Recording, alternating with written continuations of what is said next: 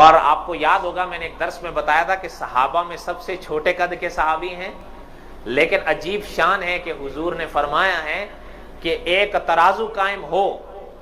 ایک ترازو ہو، اس کے ایک پلڑے میں مفہوم کو سمجھیے، سارے لوگ آ جائیں،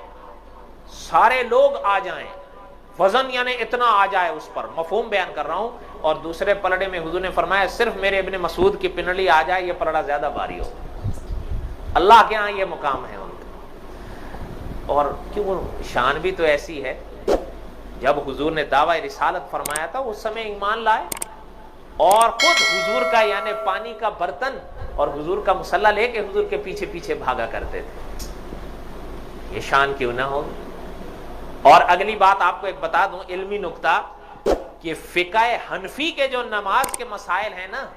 علماء کی تحقیق یہ ہے کہ وہ اکثر حضرت ابن مسعود ہی سے نکلیں۔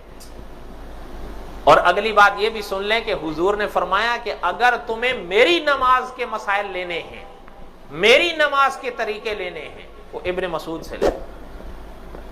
رضی اللہ، سب سے زیادہ یہی بتائیں۔ اس علماء نے فرمایا حضرت امام اعظم ابو حنیفہ رحمۃ اللہ علیہ نے مسائل کے ان مقامات پر بنیاد